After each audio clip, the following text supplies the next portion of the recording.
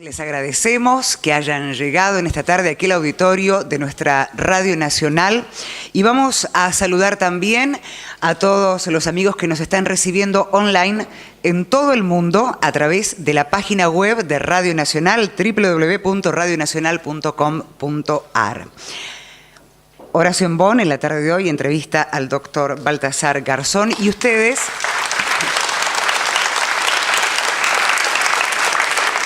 van a encontrar que en sus asientos tienen unas hojitas de papel en las cuales además van a poder participar con sus preguntas y se la van a dar a nuestra compañera Lucía, que está por allí, y se lo vamos a acercar a Horacio para que los transmita. Horacio, te escuchamos. Esto es posible porque esta casa es pública. Esta es la radio pública. Para un hombre de 61 años como yo, la radio que era en diferentes momentos de la Argentina, que usted sabe, históricamente, entre gobiernos civiles y militares, siempre era del poder de turno. Hoy, orgullosamente, y además agradezco todos los días cuando atravieso la puerta de entrada a las 6 de la mañana, porque a las 7 tengo aire junto con otros compañeros, que esto sea público, que sea de todos nosotros. Y cuando pensé poder encontrarme con usted para pensar juntos en voz alta este pedazo de historia contemporánea que nos ha tocado vivir, dije, es la historia de todos. Entonces, si usted me permite, quiero recorrerla en algunos momentos fundamentales. Usted estaba a lo mejor geográficamente lejos, pero estaba demasiado cerca de nosotros. Durante los momentos más dolorosos, más difíciles, los momentos de euforia democrática, pero con dobles discursos, y con los momentos más brillantes, como esto de poner algunas cosas en su lugar. Y en eso estamos, entre todos. Por eso agradezco a cada uno de ustedes que se hayan hecho presentes, para poder escuchar a este hombre comprometido. ¿Quién escribe la historia, Baltasar? Yo creo que la escribimos todos, ¿no? ¿Ah? Para bien y para mal, aunque hay escribanos oficiales, siempre los hubo, ¿no? Sí. Cada momento, cada poder tuvo los suyos. Unos eran más objetivos, otros menos. Unos abusaban más del desconocimiento del pueblo, de la incultura, incluso la potenciaban.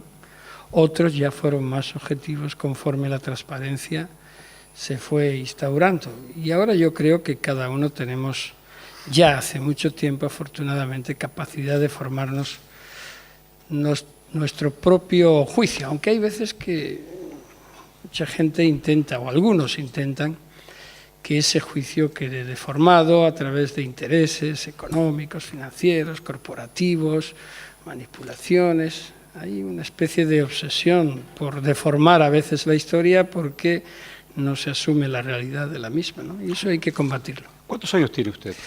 Tengo 57. Camino el próximo mes de los 58. Soy Escorpio, nacido el 26 de octubre del año 55. Yo tengo 61 y García Lorca a mí me acompañó un rato largo. A mí me sigue acompañando como a ti, claro. Y cuando me enteré que usted quería saber dónde estaba García Lorca y alguien no quiso que usted siguiera caminando para buscarlo, lo había entendido hace un rato largo. Pero cuando caminé también su patria, me di cuenta por qué ese hombre que nos tocaba el corazón y nos abría la cabeza, querían silenciarlo. ¿Por qué usted quería buscar a García Lorca? Yo soy de la provincia de Jaén, es limítrofe con Granada. He pasado muchas veces por el barranco de Biznar, donde fue vilmente asesinado el alma del pueblo, ¿no? Porque Federico García Lorca hacía política con sus textos, pero sobre todo era una persona que irradiaba amor, entrega, comprensión, tolerancia, compromiso. Y eso los intolerantes, los dictadores, los represores no lo aceptan. Por eso García Lorca siempre ha sido un símbolo para muchísimos españoles y españolas y para muchísimos hombres y mujeres de todo el mundo, y sigue siendo, ¿no? Buscarlo ya lo buscábamos desde el mismo momento que tuvimos uso de razón y compromiso, pero cuando me correspondió tomar una decisión judicial, inicialmente, así lo hice, porque creo que, además de legal, era una necesidad y una cuestión de justicia histórica. Y en todo caso, porque también otras personas caídas y enterradas en medio del campo con García Lorca, sus familiares pedían esa exhumación. Y yo creo que las víctimas, los familiares, tienen un derecho sagrado a ser resarcidos, a ser restaurados, y sobre todo cuando son desaparecidos. Cuando hablamos de terrorismo, también en nuestros países, en América del Sur y en Centroamérica, el terrorismo de Estado fue la articulación de grupos económicos y de planes organizados. Pinochet fue una cabeza visible de esa organización. Convencido o no, ¿quién fue para usted Pinochet? Pinochet fue una presencia histórica que desgraciadamente ha acontecido muchas veces. Hay personas que no asumen el debate, la discusión en democracia, la contradicción, la resolución de esos conflictos por la vía del entendimiento, incluso modelos económicos totalmente discrepantes, y acuden al ejercicio de la soberbia y del uso de las armas para imponer precisamente un pensamiento único. Y al que no esté de acuerdo, se le corta la cabeza. Y ese o se los encierra en un estadio. O se los encierra en un estadio, o se les desaparece, o se les arroja al mar o a un río. En todo caso, es la negación del ser humano. Pero yo creo que Pinochet, al final, contribuyó a que el sufrimiento de las víctimas por lo menos tuviera una compensación en el hecho de que la justicia finalmente pudo actuar en contra del mismo y demostrar que no era sino alguien que se aprovechó del poder en beneficio propio, y no esa figura que aparentemente siempre se demostró. Yo recuerdo que después de la detención de Pinochet y cuando ya volvió a Chile y en los años siguientes se les estaba investigando, se le descubrió una serie de cuentas por un valor de 27 millones de dólares, si no recuerdo mal, y precisamente fue el hecho de que en el año 98 se decretara el embargo y la incautación de esas cuentas, que el Banco RIS no llegó a cumplirlas, pero después tuvo que pagar una multa millonaria de 16, 17 millones de dólares, y yo imputé de nuevo a Pinochet por alzamiento de bienes, blanqueo de activos a su familia, al Banco de Chile y al Banco RIF, y finalmente conseguimos que se pagara una indemnización a las víctimas de 8 millones de dólares. Ha sido la única cantidad que las víctimas de Pinochet han recibido indirectamente de Pinochet. Sé que no es una conquista, pero es importante. Cuando lo vio levantarse de esa silla de ruedas que vimos todos, porque él acusaba y decía que su cuerpo no podía permitir y no entendía, y cuando llegó a Santiago, ¿qué sintió? Cuando lo vio caminar desde la silla de ruedas ahí hasta el aeroparque a saludar a sus padres, ¿qué sintió? Bueno, sentí mucha pena, mucha vergüenza de lo que estaba haciendo y sobre todo del recibimiento que se le dio, ¿no? Porque era una ofensa a las víctimas. Tal cual. Era tremendo, como después hacerle honores militares cuando falleció, ¿no? Es decir, era como una bofetada a las víctimas, que una persona que ya estaba procesada, que habían sido tomadas medidas de prisión domiciliaria contra el mismo por el juez Guzmán, que aún todavía se le hiciera un funeral de Estado, ¿no? Hay una pregunta que cuando uno escucha a Pinochet o otros dictadores, digo, ¿cuáles son las huellas que quedan en los pueblos, en las sociedades? Digo, Franco o Pinochet, ¿cuáles son las huellas sociales después de que las generaciones galopan y van para adelante? ¿Cuáles son las huellas? Yo creo que va en función de la intensidad de la represión y de la permanencia de la dictadura. Es decir, se parecen España y Chile bastante en un momento determinado, porque fueron dictaduras, la de España mucho más, casi 40 años, la de Chile menos, pero también un periodo dilatado entre casi una década, y consecuentemente se arraiga en los ciudadanos el sentimiento y la frustración. Y la frustración. En España eso fue claro, ¿no? De alguna manera yo creo que casi todos estamos penetrados por esa sensación de frustración por una parte o de franquismo o por otra, en la forma de pensar, de idear, incluso en los miedos que se manifiestan.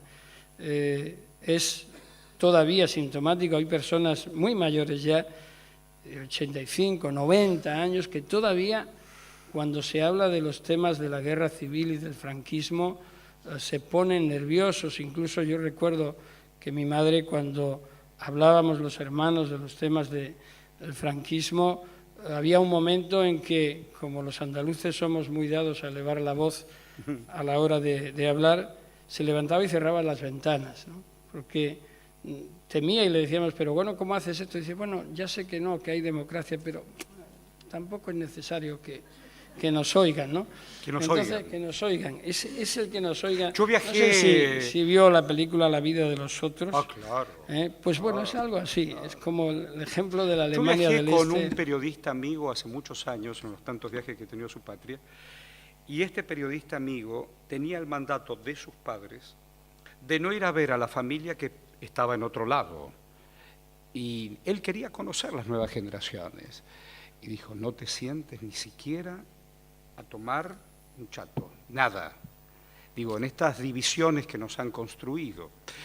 Las huellas. Tengo una historia muy similar, ¿no?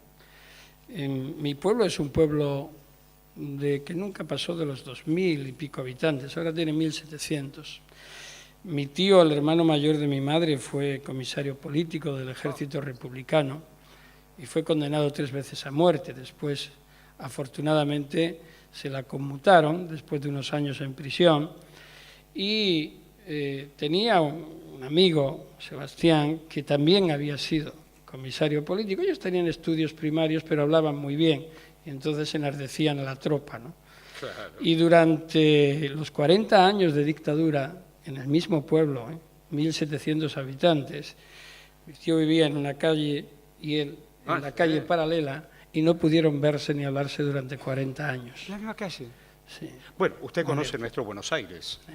En la Avenida de Mayo, hace algunas décadas, unos cafés eran republicanos y otros eran, y no se cruzaban la calle entre ellos. Sí. Digo, entonces la huella ha aprendido. No, por eso decía que todavía ahí los ancestros están ahí, y cuando se habla de que la transición española fue el alma reconciliadora. ¿Usted qué cree? No, es falso, es totalmente falso. Es una falacia que nos inventamos los españoles, como tantas otras cosas, para seguir adelante, ¿no? Y se puso como ejemplo de cómo se hacía una transición, pero estuvo muy bien porque económicamente miramos hacia adelante, optamos por ingresar en Europa, pero se nos olvidó algo esencial, que fue girar la vista atrás, ¿no? Hubo un silencio total, hubo un olvido impuesto. ¿Europa estaba lejos? Digo, Europa estaba lejos mientras todo eso pasaba. ¿Europa estaba lejos? Sí, siempre estuvo lejos, porque también Siempre el franquismo propició propició esa lejanía, ¿no? Ese España es diferente era como una marca que se ofrecía, como ahora se dice la marca España, ¿no? Sí, claro. No sé para qué, pero bueno. Pero el tema es que no vimos o no vieron, no quisieron ver que para formar una verdadera democracia, una sustentabilidad de la misma, hay que ajustar las cuentas con el pasado.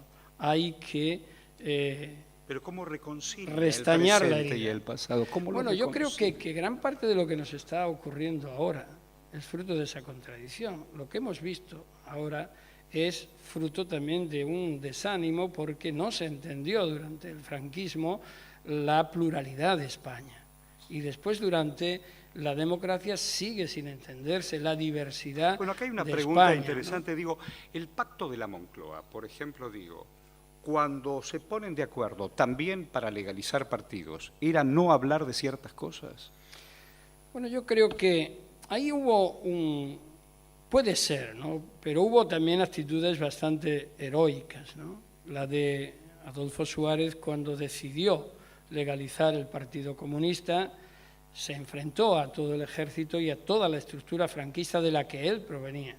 Hizo Claro. trampa, entre comillas, ¿no? Aprovechó un Viernes Santo, porque al día siguiente en España no hay periódicos, como el día de Navidad o el día de Año Nuevo, y entonces nos llegábamos al domingo, de modo que pasaron 72 horas casi, que son las que aprovechó para consolidar la situación, si no hubiese sido problemático. Eso fue una actitud heroica. La de Santiago Carrillo renunció a lo que era su propio partido y a toda la consolidación del mismo porque hubiera la posibilidad de transición. Es decir, yo no descalifico la transición, aunque yo me opuse a ella desde la universidad en aquel momento, como tantos otros. Se opuso. Porque sí, totalmente. Yo era partidario de la ruptura. No entendía que hubiera pacto con los fascistas de ninguna de las maneras, pero bueno, asumí que esto era así y hubo que ceder. Pero incluso yo entiendo eso en ese momento. Claro. Lo que ya no entiendo, ni tiene justificación, es que 35 años después o más, sigamos todavía sin siquiera ser capaces de hablar de lo que sucedió durante esos 40 años. En las escuelas españolas nunca se ha explicado la dictadura, pero ni en democracia, ni se ha hablado de los crímenes franquistas. Ni Acá nada. en la Argentina estamos discutiendo incluso en un plan curricular, hay algunas escuelas tomadas acá en la ciudad de Buenos Aires, sobre qué hacer con parte de la historia. ¿Cómo qué hacer con parte de la historia? La historia se la lee, se la estudia, se la debate, se la polemiza. En los libros, en la currícula española, ¿la guerra civil dónde está? Pues en la lección que nunca se da. No se da. No, es la que nunca... Siempre hay un programa y normalmente no se llega al final del programa en el curso. Esa es la que nunca se llega. Sí, sigue. Sí, no. Entonces, yo aprendí lo que fue la guerra civil porque mi tío Gabriel me la contaba. No. Nadie me contó que era la guerra civil. Bueno, ni en la dictadura quién se iba a atrever a eso, ¿no? Pero es que después en democracia te buscabas la vida. Y entonces, Y tenías que aprender, pero ¿qué era nada. el destape? Cuando acá veíamos de esta orilla el destape español, ¿qué era el destape? ¿Alguna señora? Pues eso, el destape. El destape era... No, era la alegría de dejar atrás la dictadura, por supuesto que sí. Era una ilusión por el futuro, pero nadie tomó conciencia de que un futuro no se puede construir sólidamente sin que el pasado esté resuelto o cuando menos enfrentado y confrontado. Y vivimos en esas contradicciones. Cuando ahora mismo en España se produce la discusión sobre quién quiere ser independiente de España, quién no, en vez de debatir y de asumir que los estados y los países son lo que son hasta que dejan de serlo, y por eso está el debate y el diálogo y las reglas democráticas, de momento nos subimos, como dicen por allí, nos subimos a la parra y interviene la intransigencia. Eso es fruto de que no se solucionó adecuadamente la transición. Cuando hoy la situación económica grave que tenemos, y no tanto la situación económica, sino la crisis política que hay, yo estoy convencido que arranca de allí porque no resolvimos todas las cuestiones que teníamos que haber enfrentado. Por eso yo pongo de ejemplo lo que está sucediendo en la Argentina desde el año 2003, en la que se recupera el tono de la acción judicial por una decisión política de Néstor Kirchner, de que eso sea así, y después todas las instituciones coadyuvaron hasta el día de hoy en la que se está enjuiciando los hechos criminales de lesa humanidad, de genocidio que ocurrieron durante la dictadura. Eso consolida un país. Aunque haya gente que esté en contra, y me parece bien que esté en contra, yo jamás estaré en contra, pero estamos en un país libre.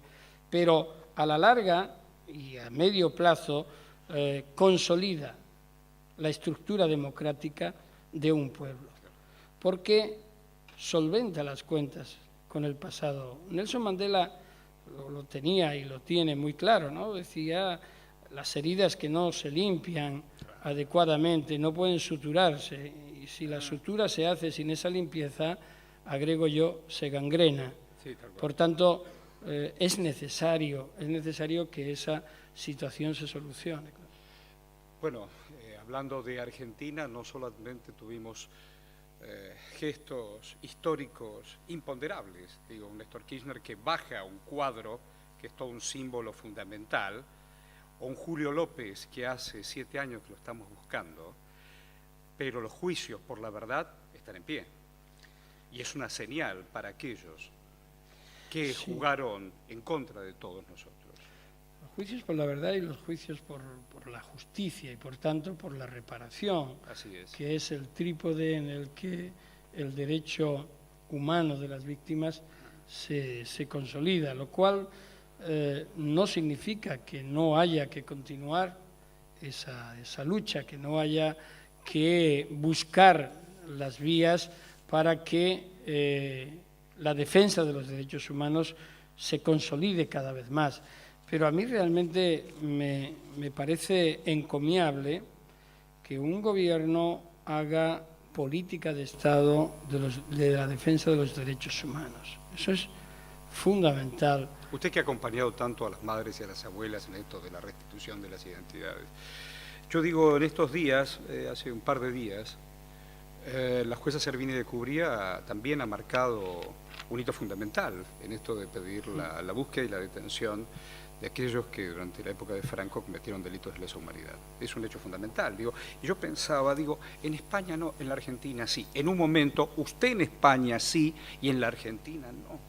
Sí. En esta regla de juego, al revés, ahora se da la un vuelta. Poco, el principio de jurisdicción universal es un principio de ida y vuelta, ¿no? La justicia universal es de ida y vuelta. Efectivamente, aquí no podía hacerse efectiva la justicia, y el principio de jurisdicción universal permitió que a miles de kilómetros en otros países se hiciera efectiva, y después se abrieron las puertas aquí, y esos otros países dejaron la acción judicial, y ahora pues vivimos la misma situación pero a la inversa, ¿no? Pero eso es importante, porque lo que quiere decir es que la idea, que no fue de los jueces sino de los políticos, cuando crearon el principio de jurisdicción universal en convenciones políticas y universales, lo hicieron bien.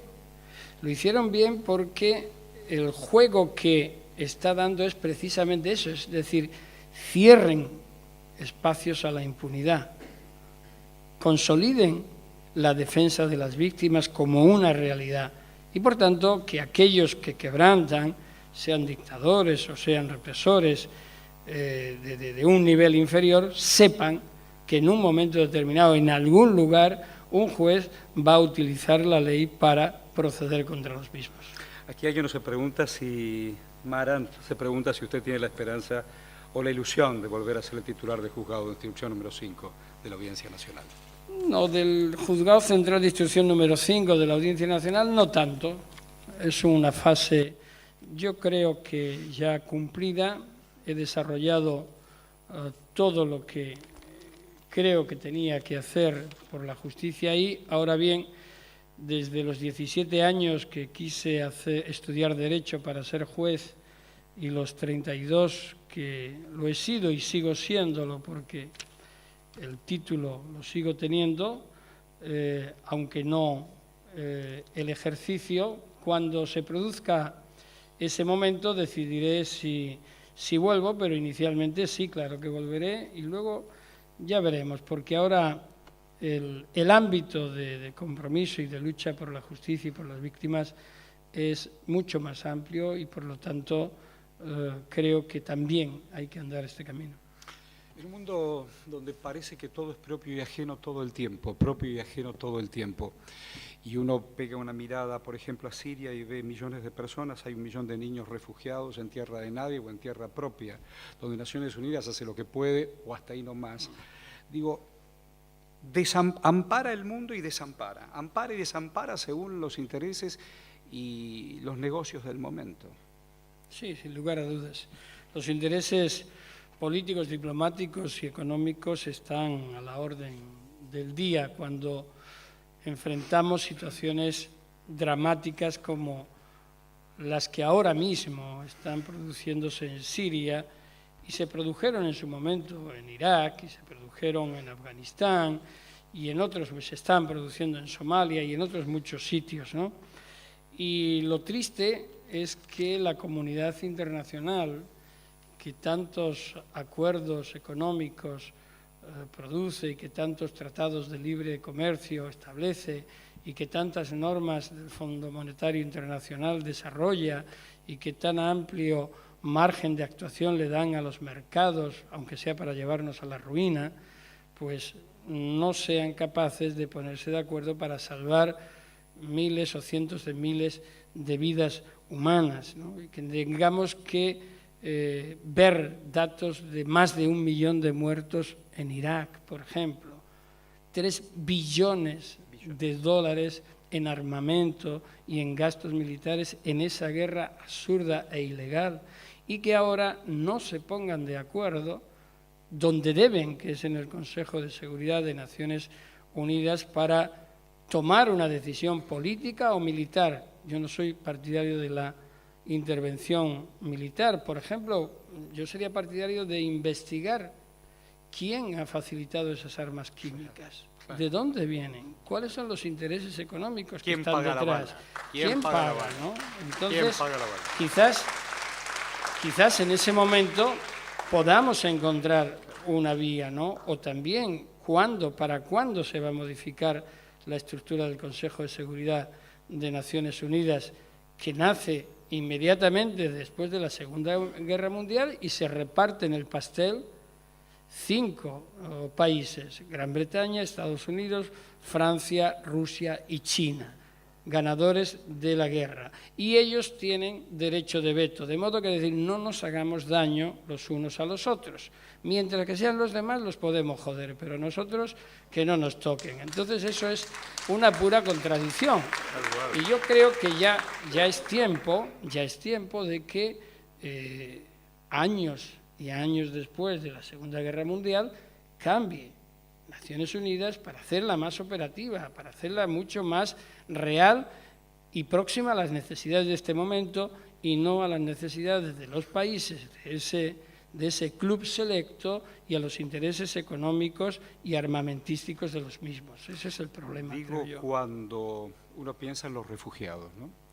Pero también cómo uno refugia, ampara. En sus países se llaman parados, en mi país se llaman desocupados. En ese mismo sistema, en esa misma máquina donde algunos se quedan y otros ya no están más, sobre todo generacionalmente, y no van a poder ingresar nunca más. En mi país, en estos momentos, hay un juicio incluso a un expresidente y a toda su comitiva, porque acá se regalaron derechos de los trabajadores. Y en la máquina todo el mundo fue quedando en el camino y hay que recuperarse y hay que ponerse de pie porque nuestros países lo pueden. ¿Cuál sería la mirada de la justicia? Y no hablo desde lo institucional. ¿Cómo se hace justicia cuando el capital te da la imposibilidad de incluir? Yo creo que ya es tiempo de que comencemos a reflexionar profundamente en que determinadas acciones económicas, determinadas acciones financieras, actitudes y decisiones de ese nivel sean catalogadas con mayor gravedad penal de la que en este momento son. Pienso que los crímenes económicos de gran envergadura que producen grandes males en la sociedad, que condenan a la miseria a millones de personas, deberían de estar catalogados como crímenes contra la humanidad. Porque decisiones, por ejemplo, en la Bolsa de Chicago de alimentos, en donde artículos de primera necesidad tienen un valor de 8 a las 8 de la mañana y tienen un valor de 25 a las 2 de la tarde y solamente se han movido teclas. Así es, todo Y virtual. moviéndose. Y en el camino se condena al hambre a millones de personas. O cuando decisiones del Fondo Monetario Internacional llevan a la ruina a países como, por ejemplo, a Grecia, y después todo se solventa diciendo el presidente: perdónennos, nos equivocamos al valorar la situación. Y curiosamente no hay establecida ninguna responsabilidad para quien comete ese error. Es curioso. Cuando se crea el Fondo Monetario Internacional no se preveyeron las responsabilidades penales de alguien que pudiera tomar decisiones. Claro, y en ese mismo Fondo Monetario. O cuando los mercados o las agencias de calificación de los mercados, que en definitiva son clubes selectos privados que se mueven por intereses de lobistas y por tanto estrictamente económicos, deciden calificar a un país de una forma o de otra, y el capital, que siempre es cobarde, ante esa calificación sale huyendo y deja un país al borde del abismo, ¿no? El capital es cobarde. Entonces, ¿qué ocurre con todo eso? Es decir, tenemos que plantearnos ya esa necesidad, y desde luego pues diseñar unas políticas económicas que a lo mejor tienen que estar muy alejadas de esas estructuras que protegen un neoliberalismo y un neocapitalismo salvaje y totalitario, ¿no? Que ya acá hay muchos está bien. amigos que hoy nos acompañan que tienen muchas preguntas vinculadas con lo judicial y hablan de la democratización de la justicia. ¿Cuánto es de corporativo, cuánto es de político y cuánto de independiente? Muchos nos preguntan. Bueno, yo creo en una justicia independiente, imparcial y sometida al principio de legalidad. Eso tiene que quedar muy claro. Creo en una justicia democrática, en tanto en cuanto la justicia se legitima por su calidad democrática y su propia independencia. Eso significa que los jueces no son, como normalmente se dice, los titulares del Poder Judicial. No. Son los administradores del mismo. Los titulares son los ciudadanos y las ciudadanas, es el pueblo. Sí, claro. Eso dice la Constitución, eso dicen las leyes. No por casualidad, cuando un fiscal se lo menciona, se le habla del Ministerio Público. Claro, es decir, ellos administran ese poder. Por tanto, yo creo que quien más interesado está en la vigilancia del mismo es el pueblo. Claro. Y curiosamente es al que se margina siempre. Es el único que no quieren que tenga participación. Hay países en los que los jueces eligen por el pueblo. Y aquí lo que se planteó es que el gobierno de los jueces fuera elegido popularmente.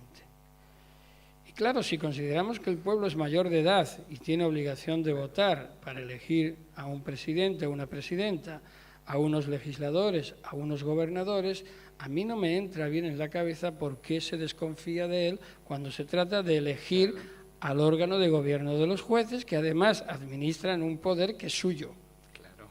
del Claro, pueblo. clarísimo. Entonces, yo creo que es el momento de que ya consideremos que el pueblo no es menor de edad, sino que puede y debe participar en las instituciones, como evidentemente tienen que participar cada vez más y estar más próximos al control del poder, para hacerlo mucho más inclusivo, más representativo, una democracia más directa. Los jueces no somos extraterrestres, aunque a veces lo parecemos, ¿no? Es decir, ese tipo de juez que está en una urna de cristal, ¿Y usted por qué llegó a ser protegido juez? de la corporación, es una negación del juez. Baltasar, ¿por qué usted llegó a ser juez?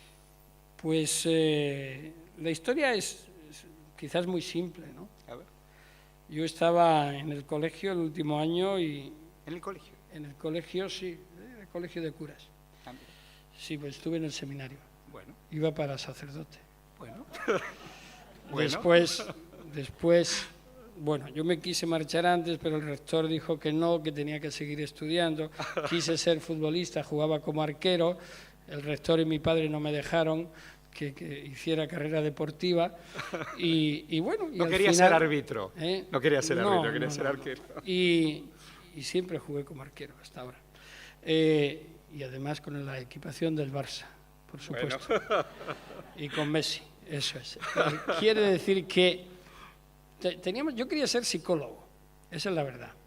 Yo quería Bueno, a hacer ver, psicología. sacerdote, jugador de fútbol, psicólogo. No, mira, el padre me lo imagino en un almuerzo. España, en la época de la dictadura, o cuando eras hijo de familias de clase media ¿Y o papá qué humildes, hacía? ¿Su papá qué agricultor. hacía? Agricultor. Mi padre era agricultor y estaba muy bien. Era una familia, entre los dos patrimonios estaban muy bien. Pero mi madre quería que estudiáramos. Y entonces, a la hora de estudiar, somos 5 hermanos, y quería que estudiaran todos. Y así fue, ¿no? En definitiva, no podían quedarse en el pueblo porque era imposible económicamente. Entonces tuvo que emigrar. Y finalmente emigró a Sevilla, trabajaba en el ámbito del petróleo. Pero tengo que decir una cosa, yo estaba muy orgulloso de decir, mi padre trabaja en el ámbito del petróleo, pero no es que fuera petrolero, es que echaba gasolina en una gasolinera. Claro. Y entonces, como el bancario y el banquero. Eso es. Y yo estuve con él también durante 2 años. Por las noches echaba gasolina y luego iba a la universidad por las mañanas y por la tarde dormía un ratito, ¿no? Y así apoyábamos a la familia y los demás podían estudiar y demás. Entonces yo quería ser psicólogo, maestro o psicólogo. Y oí, en unas charlas que había de orientación universitaria, oí a un juez. Y entonces habló de la carrera de Derecho, de la función del juez y demás, y yo dije, yo quiero ser juez. Y entonces al final de esa charla le dije, oiga, ¿se puede ser juez de una forma distinta a la de estudiar Derecho? Y me dijo, no, hay que estudiar Derecho. Entonces digo, bueno, pues entonces estudio Derecho. Pero si me hubiera dicho medicina, hubiera estudiado medicina. Y entonces, cuando yo le dije a mis padres que yo quería hacer Derecho, ya dijeron, pero hijo, eso no está hecho para nosotros. ¿Cómo? Ah, mira. Derecho, no, eso es una carrera de ricos. Tal. En aquel momento, pues era como una carrera de casta, ¿no? Claro. El hijo, el abogado, el hijo del abogado, del juez, del fiscal, del notario, en fin, no era normal, ¿no? Pero el problema vino cuando terminé Derecho y dije que quería ser juez. Ay, qué bueno. Ahí ya me dijeron, no, definitivamente perdiste la cabeza, hijo, eso no puede ser. Y dije, bueno, pero quiero serlo, ¿no? Y realmente cuando aprobé el examen de juez, hay una imagen que para mí resume ¿Y estaba todo papá y mamá ahí? Sí. Fue mi padre. Mamá estaba en Sevilla y mi padre estaba en el pueblo de donde somos, ese de 1.700 habitantes. Y entonces no se me olvida, ¿no? Cuando yo bajé del autobús y él vino y me dio un abrazo y entonces ahí se dijo todo sin palabras, ¿no? Y ese hombre fue feliz. Y quizás, Ese hombre fue feliz. Quizás tenga bastante que ver mi formación, primero religiosa, porque nunca he renunciado a ella. Nunca he renunciado. Soy cristiano en retroceso, más bien agnóstico. No me creo ya casi nada de lo que dice la Iglesia, sobre todo de la estructura de la Iglesia, con respeto al Papa Francisco. Sí creo en quien practica Iglesia. Tengo grandes amigos que son sacerdotes, misioneros, como seglares, trabajando durísimo por los más necesitados. Eso es Iglesia. Sí, plenamente. Otras cosas no lo son. Y realmente nunca he abdicado. Lo que pasa es que al final me dijeron que me expulsaron por comunista. Bueno, no, primero por comunista y luego por cantarle serenatas a las chicas de enfrente. Pero claro. Y una de ellas luego fue mi mujer, ¿no? Me expulsaron el último día. Digo, en definitiva, cuando uno mira a los hombres, a la sociedad humana, Hay buenos y malos, en definitiva, es así. Quien quiere al otro, quien no lo quiere, quien le quiere poner la pierna al otro, al otro es el enemigo. Todo. ¿Cómo es? Cuando uno mira, nos miramos entre todos. Yo no creo en el ser delincuente al estilo lombrosiano, ¿no? El estilo de Lombroso, que decía que hay delincuentes natos, ¿no? No, yo creo que es mucho de educación, de cultura y también algo de la condición humana, que tiene un lado oscuro y otro positivo, ¿no? Entonces, en función de lo que potencies, vas a ir a un sitio a otro. Evidentemente, si los principios que recibes desde el entorno familiar y desde el entorno educativo, una buena educación pública que estamos perdiendo en España a marchas forzadas, y una serie de mecanismos de compromisos institucionales, conforme vas creciendo, y esa vocación de servicio público y demás, no tienes por qué ser malo. Ahora, hay veces, y lo dice la Declaración Universal de Derechos Humanos, si te tienes que rebelar, te rebelas, y si tienes que pelear por la libertad con las uñas y los dientes, hay que hacerlo, ¿no? Y por tanto, al final, sí hay esa deriva cultural o esa perversidad adquirida, se convierte o puede convertirse en altamente letal, ¿no? Don Hemingway, en su libro sobre la Guerra Civil Española, hablaba y recordaba alguna frase por quien doblaban las campanas, también trayendo otro escritor. ¿Usted qué cree por quién hoy doblan las campanas del mundo para buscar justicia, si es que la hay, incluso algo más parejo, donde casi todos podamos empatar? Lo grave de esto es que las campanas siguen doblando por los de siempre, por las de siempre. Es decir, ¿quién mueve el badajo? Quien mueve el badajo es quien lo mueve, ¿no? Quien mueve los hilos. Como Wall Street, mira. Decía esa imagen del Padrino, ¿no? Claro. Que mueve. Yo recuerdo, lo he contado algunas veces, cuando el Premio Nobel de Literatura, José Saramago, buen amigo, debatíamos en alguna ocasión, me decía: Baltasar, convéncete que el último presidente de los Estados Unidos fue Bill Clinton. A partir de ahí, las corporaciones son las únicas que gobiernan, ¿no? Por tanto, siempre están ahí. Siempre están ahí. Y en la otra parte siempre están los mismos y las mismas, es decir, aquellos que o no tienen posibilidades porque el sistema económico injusto los condena cada día más a la pobreza, o políticas que agrandan las diferencias sociales, o injusticias sociales permanentes, o especulaciones que llevan a unas situaciones límite de agrandamiento de la pobreza y demás. Por tanto, la cuestión está en que hay que cambiar ese sistema, hay que invertir esos términos. No podemos seguir afirmando que eso es lo correcto cuando estamos comprobando en forma reiterada que no lo es. Es como por ejemplo, la prohibición de la línea prohibicionista de las drogas, por ejemplo. Yo sé que eso es un tema polémico. Sí, claro. Pero desde 1919, que el Tratado de Versalles estableció que había que perseguir el tráfico de drogas, también curiosamente estableció que había que perseguir por lesa humanidad al Kaiser Guillermo II, y Holanda le dio protección, y ahí se acabó la historia. Pero la prohibición de las drogas siguió. Desde entonces hasta ahora hay una prohibición permanente y hay toda una serie de infraestructuras y superestructuras creadas, ¿no?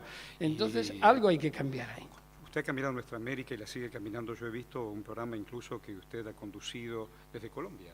Sí, hablemos de la paz y los derechos humanos. ¿Qué quería decirnos desde ahí? Donde incluso... Bueno, ahí Colombia es un país que está viviendo unos momentos muy importantes en su historia y delicados, ¿no? Tiene un proceso abierto de diálogo con la guerrilla más antigua de Latinoamérica, con las FARC, que yo apoyo ese diálogo y al presidente, que lo está haciendo, porque creo que es necesario, aun cuando se traten de hechos criminales durísimos y que pueden revestir la categoría de crímenes internacionales, pero no obstante ello creo que tenemos que hacer un esfuerzo para que ese proceso de paz conduzca finalmente a una paz sustentable.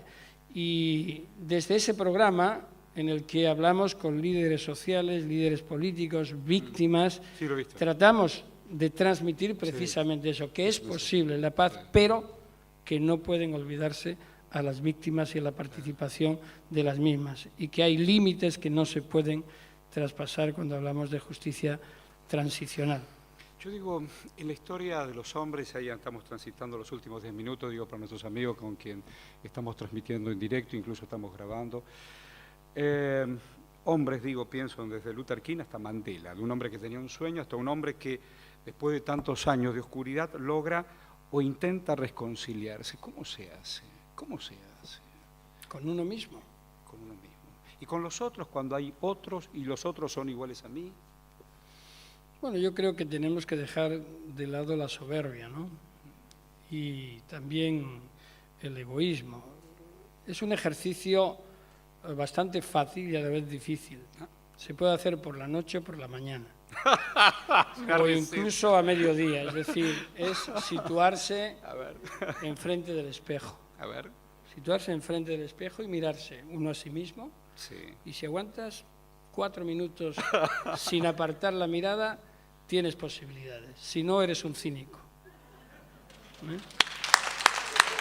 Me parece que una de los mensajes de nuestros amigos puede cerrar también este diálogo inolvidable. Dice, si usted es consciente de cuánto se lo quiere y se lo respeta en nuestro país, Argentina. Sí, soy consciente. Es verdad que lo siento y lo percibo día a día, y por eso yo lo agradezco, y lo agradezco desde lo más profundo de mi corazón. Y realmente tengo que decir que mi figura no ha sido nunca una figura pacífica, bastante polémica, en favor y en contra. ¿El espejo qué le devolvía a usted? Eso es. No, el espejo me devolvía que yo creo que hay que ser coherente en la vida y hay que mantener las convicciones. Y no soy junco, soy roble. Ahí va. Me explico. Así como, se dobla pero no se rompe, claro. El roble, cuando viene la avenida, aguanta la primera, la segunda, la tercera y la cuarta lo rompen. El junco siempre se vuelca, se pone, se vuelve. Entonces yo, la verdad es que a lo largo de mi historia, no sé si para bien o para mal, he sido más roble que junco, y por eso me he llevado tantos golpes, ¿no? Pero es cierto que ahora, cuando vuelvo a España, realmente me siento también muy querido Y muy respetado. y respetado. Que no es un tema. Quizás haya sido la coherencia en el trabajo. También, bueno, en España también somos especiales, ¿no? Primero quemamos al individuo y luego lo glorificamos, pero tiene que ser quemado en la plaza pública. Pero bueno, eso es, como decía un amigo mío, España y yo somos así, ¿no? Somos muy atávicos. Pero realmente el tiempo que paso en Argentina, estoy al frente del Centro Internacional de Promoción de Derechos Humanos, con auspicios de UNESCO, y además en un lugar emblemático, ¿no? Claro. Como es el Espacio de la Memoria, pero antes fue la Escuela Mecánica de la Armada. Lo paso en forma muy intensa y teniendo mucho contacto con los ciudadanos y las ciudadanas, y eso me llena de vida, porque realmente aquí hay una dinámica desde la juventud hasta los más mayores impresionante. Es una sensación, unas vibraciones muy positivas, incluso en la confrontación. Es muy interesante, digo, porque aquellos compañeros que hoy no están e ingresaban a ese espacio, hoy están en esta reivindicación permanente que tenemos. Alguien nos escribe qué es eso del fin de la historia, ¿no? Porque aquellos que en el 70 hablábamos del fin de la pintura de un caballo. Te digo, la historia se escribe todo el tiempo. ¿Le parece que le reivindicamos en nuestra generación a aquellos compañeros que ya no están buscando la verdad? La historia es una constante. Sí, claro. Es tanto hacia adelante como hacia atrás. A veces las cosas dicen ya no se pueden cambiar porque son historia, pero se pueden renovar, se pueden reorientar. Los esfuerzos que no hicimos en un momento se pueden hacer ahora. Los errores que cometimos se pueden corregir. Lo único que hay que tener es el valor para reconocer que se cometieron.